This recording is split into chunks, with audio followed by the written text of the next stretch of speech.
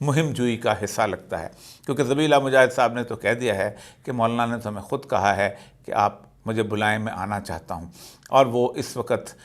طالبان کی ہمدردی اس خطے کے اندر لینا چاہتے ہیں جہاں پر انہوں نے الیکشن لڑنا ہے، جہاں لوگ ان کے چہرے سے واقف ہو چکے ہیں، لیکن اس طالبان کی ہمدردی میں وہ ایک غار بنا رہے ہیں کہ کسی نہ کسی طور پر پاکستان کے اندر بھی ان کو راستہ مل جائے، اور وہ امریکہ کو بھی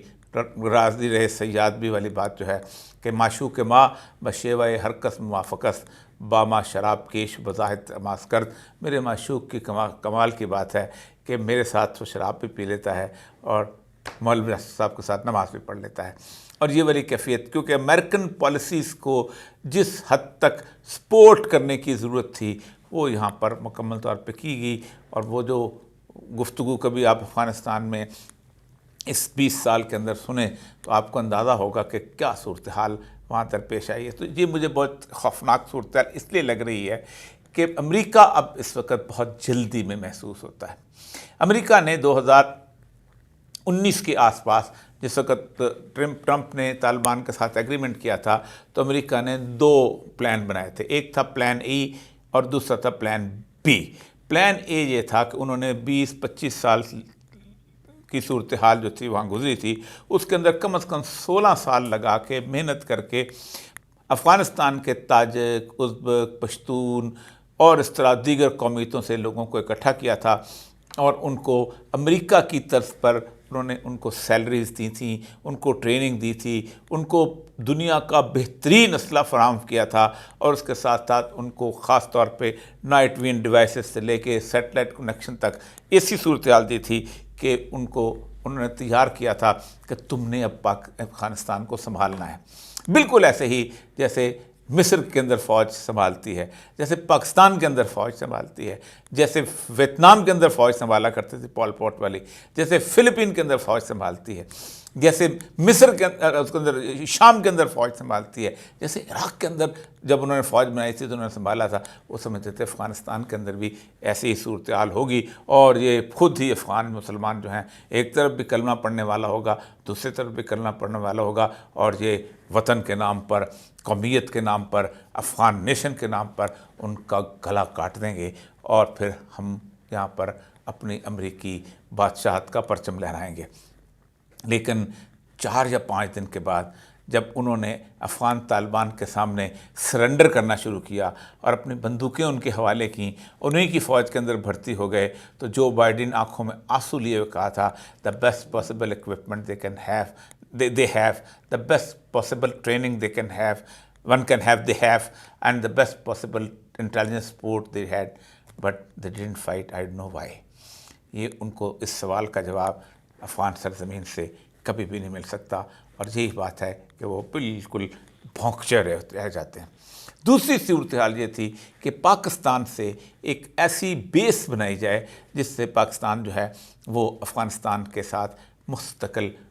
محاذ آرائی کی صورتحال میں رہے۔ اس کے لیے کچھ زیادہ کام کرنے کی ضرورت نہیں تھی۔ 1947 سے لے کے روس چونکہ وہاں پر بہت زیادہ موجود تھا اور انڈین بیس وہاں پر جو صورتحال زیادہ تھی، اس لیے 1947 سے لے کے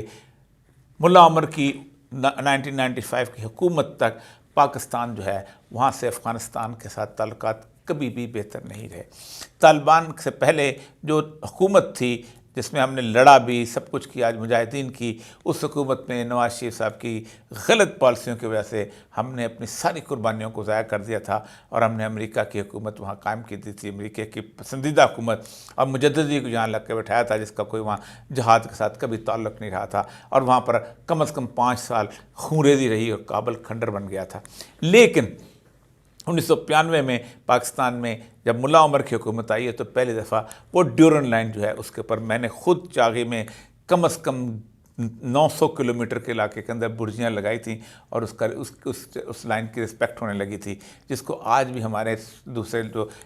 پرو امریکن لوگ کہتے ہیں کہ یہ وہ نہیں مانتے تھے، حالانکہ ایسا نہیں تھا۔ اس صورتحال کے اندر بہت آسان تھا اس کو آگے بڑھانا۔ یہی وجہ ہے کہ جس وقت طالبان کی حکومت آئی ہے تو ٹی ٹی پی کو سیٹلمنٹ کی مذاکرات ہو رہے تھے، جس کو خاص طور پہ رجیم چینج کے بعد تباہ کیا گیا۔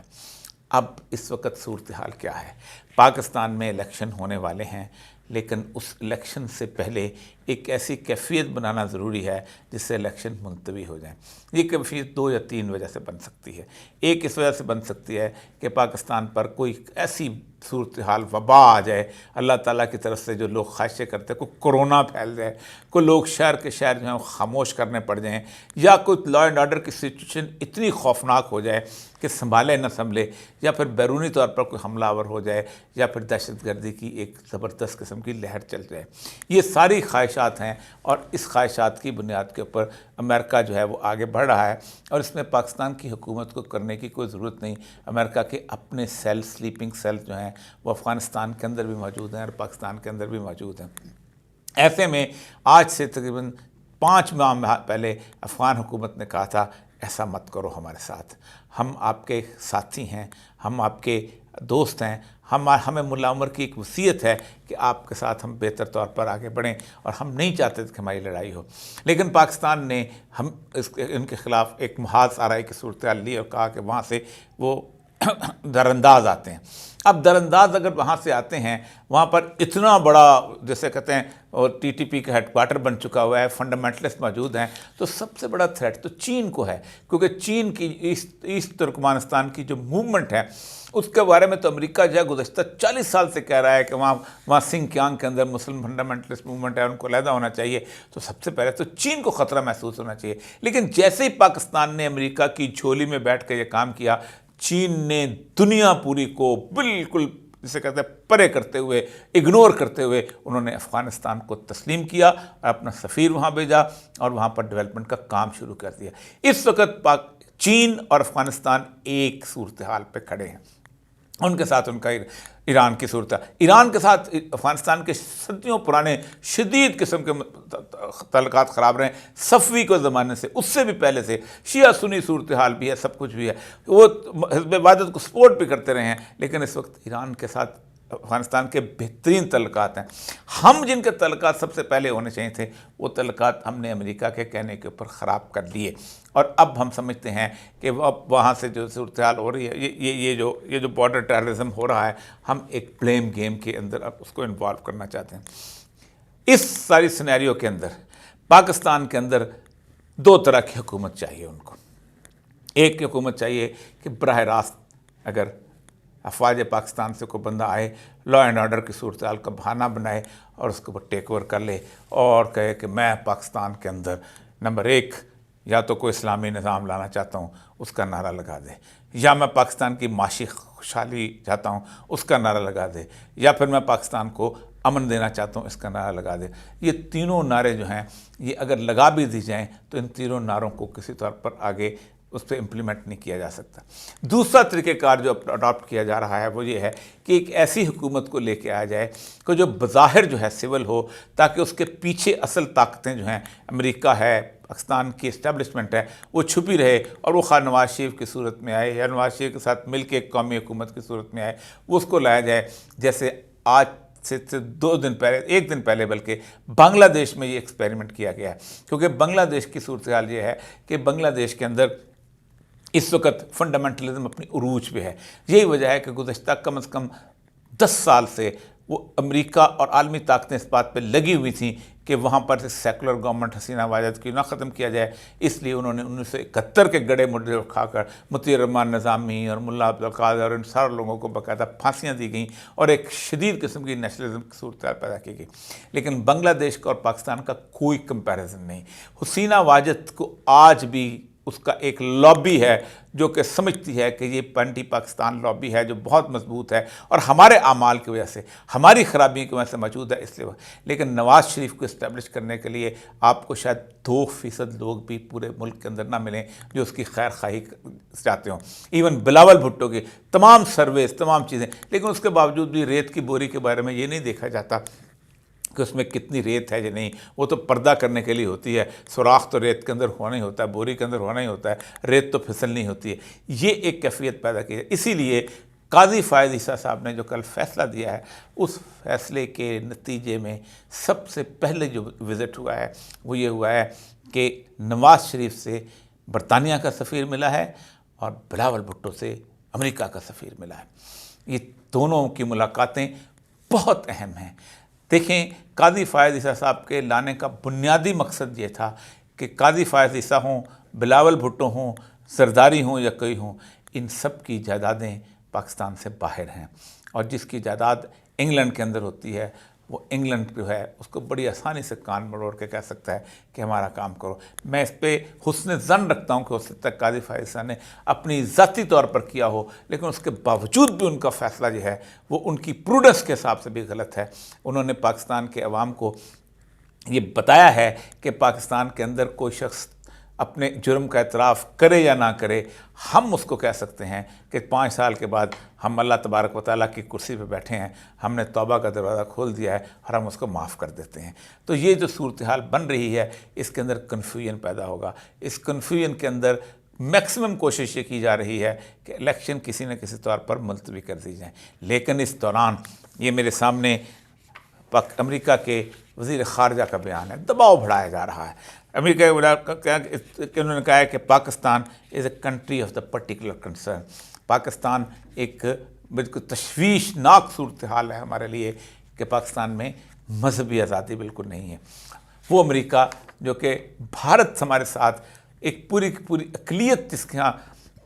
ذبح کی جا رہی ہے اس کو نہیں کہتا، لیکن ہمیں کہہ رہا کیوں؟ بنیادی طور پر دباؤ بڑھانے کا مسئلہ ہے۔ جب یہ ہوگا تو پھر ہمیں IMF کی بھیک نہیں ملے گی۔ ہم الیکشن جس طرح تیسا کروائیں گے ہمیں IMF کی بھیک مل جائے گی۔ ہمیں ریلیجس فریڈم کے حساب سے کچھ جو لاز وہ چاہتے ہیں تبدیل کریں گے، ہمیں IMF کی بھیک مل جائے گی۔ پاکستان کی معیشت 75 سالوں میں اس مقام پر آ پہنچی ہے کہ بہترین معیشت دان، بہترین وزیر خزانہ وہ ہے کہ جو بھیک مانگ کے لائے، 4 لاکھ روپیہ کی قسط ادا کرے اور 1 لاکھ روپیہ یعنی 5 لاکھ بھیک مانگ کے لائے اور 1 لاکھ روپے سے سال کا گزارا کر لے۔ یہ ہماری پوری کی پوری اکنامک وزڈم ہے، اور یہ ہماری پوری کی پوری معاشی جسے کہتے ہیں ترقی کا راز ہے۔ یہی ہم چل رہے ہیں۔ اس لیے پاکستان کے اندر ایک ایسا سٹیٹ آف کنفیوژن ہے کہ مجھے لگتا یہ ہے کہ اگلے 20-25 دن جو ہیں یہ امریکہ کا چورن جو ہے وہ بیچنے کی کوشش کی جائے گی۔ اس چورن میں سب سے اہم ترین بات یہ ہوگی جو بکنا بھی شروع ہو گیا ہے کہ پاکستان کو الیکشن نہیں چاہیے، پاکستان کو معاشی ترقی چاہیے۔ پاکستان میں دہشت گردی جو ہے وہ افغانستان سے آ رہی ہے، اور ہمیں پاکستان کو اپنے مغربی سرحدوں کی طرف آنکھ اٹھا کر دیکھنے والوں کی آنکھ پھوڑ دینی چاہیے۔ پاکستان جو ہے اس کے ساتھ اس کو اپنے مشرقی سرحد جو ہے بھارت، اس کے ساتھ تعلقات بہتر بنانے چاہیے، کیونکہ ہمارے تو ان کے ساتھ کوئی دشمنی نہیں ہے۔ پاکستان کے اندر یہ جتنی بھی اس وقت ساری صورتحال ہے یہ بنیادی طور پر ایک خاص گروپ نے بنائی ہوئی ہے کہ جو گروپ جو ہے وہ گمراہ ہے، اور ہم اس کو ٹھیک کریں گے۔ دیکھیں، یاد رکھیں، آج سے بہت عرصہ پہلے 25 مارچ ہوا تھا 1971۔ اس وقت یہ نعرہ لگایا گیا تھا کہ جو 25 مارچ کے دوران ڈھاکہ کے اندر اس وقت مقابلے پہ آئے تھے وہ اصل ہمارے دشمن ہیں۔ اور پھر ہوا یہ تھا کہ 25 مارچ بمقابلہ بنگالی عوام ہو گیا تھا، اور پھر اس کے بعد آپ دیکھیں کہ پھر وہ ملک ہمارے ساتھ نہیں رہا تھا۔ اس کے بعد 1974 میں جب ملٹری آپریشن کیا گیا تھا تو وہ طاہلہ مینگل کے خلاف تھا، وہ ان کی حکومت کے خلاف تھا، لیکن وہ ملٹری آپریشن جو تھا وہ مقابلہ بلوچ عوام ہو گیا تھا۔ یہی صورتحال جو تھی یہ آپ نے دہشت گردی کی رکھی، اور پھر وہ یہ تھا کہ وہ مقابلہ عوام ہو گیا تھا۔ آج آپ 9 مئی کی صورتحال کو لے کے چلے ہیں، یہ اگر بڑھ گیا تو 9 مئی PTI تک محدود نہیں رہے گا، یہ ایک بمقابلہ عوام بنتا جائے گا، اور پھر اس امیج کو سنبھالنا بہت مشکل ہو جائے گا۔ پاکستان اس وقت ایک خوفناک قسم کی آتش فشاں پہ بیٹھا ہوا ہے، اور یاد رکھیں آتش فشاں میں کبھی بھی جب پھیلتا ہے تو جس کے پاس کچھ نہیں ہوتا وہ تو بھاگ جاتا ہے۔ آتش فشاں کے دہانے میں بڑے بڑے گھر جو ہیں وہ بھسم ہو کے رہ جاتے ہیں۔ فارسی کا پھر ایک شعر آپ کے سامنے پیش کرتا ہوں کہ الزلزلہ ترسند ہمہ کاخ نشینہ ما خانہ بدوشاں کا میں سیلاب نداریں۔ زلزلے سے وہ ڈریں جن کے بڑے بڑے محل ہیں، میں تو خانہ بدوش ہوں، مجھے تو سیلاب کچھ نہیں کہتا، میں تو اپنا خانہ بدوشی کا اپنا کیمپ اٹھاتا ہوں اور یہاں سے آگے چلا جاتا ہوں۔ غریب آدمی کا نقصان نہیں ہونا اس دفعہ۔ اگر آپ نے یہ فصل بوئی تو اس فصل کے کانٹے جو ہیں وہ لوگ کاٹیں گے کہ جو 75 سال سے فائدہ اٹھاتے آئے ہیں۔ اس لیے اللہ کا واسطہ ہے، اس مملکت خدا داد میں آپ رہتے ہیں، یہاں سے کھاتے ہیں، یہاں سے عزت حاصل کرتے ہیں، اس مملکت کا سوچیں، امریکی ایجنڈا کچھ دیر کے لیے دفن کر دیں تاکہ یہ ملک سکون اور اطمینان کی راداریوں پر چلنا شروع کر دے۔ وآخر دعوانا الحمدللہ رب العالمین۔